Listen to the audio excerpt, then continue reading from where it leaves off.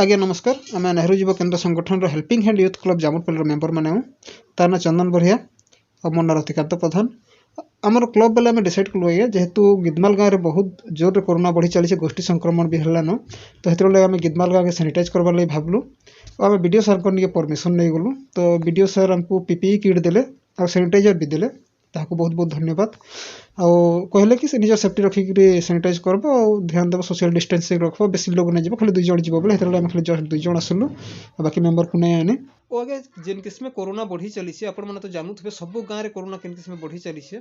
तो आम सब गाँव यूथ मैंने बाहरी किसी गोटे स्टेप नहीं नेमा तो कोरोना के कंट्रोल करवा मुस्किल हो जावा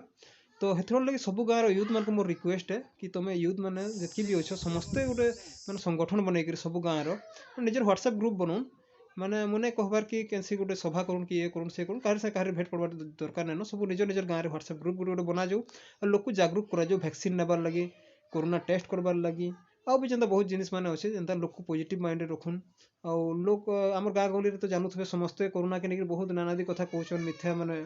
भूल कथा मैंने भी कहन तो से सबके बंद करवार पड़वा आमको यूथ मान को और जेनटा कि अगर पुराना लोग मैंने नहीं जानी पारन आज्ञा और यहाँ यूथ मैंने ही जानी पारबे तो हेतु सब आम यूथ मान को मोर अनुरोध है सब गाँव से लोग को जागरूक करूँ धन्यवाद।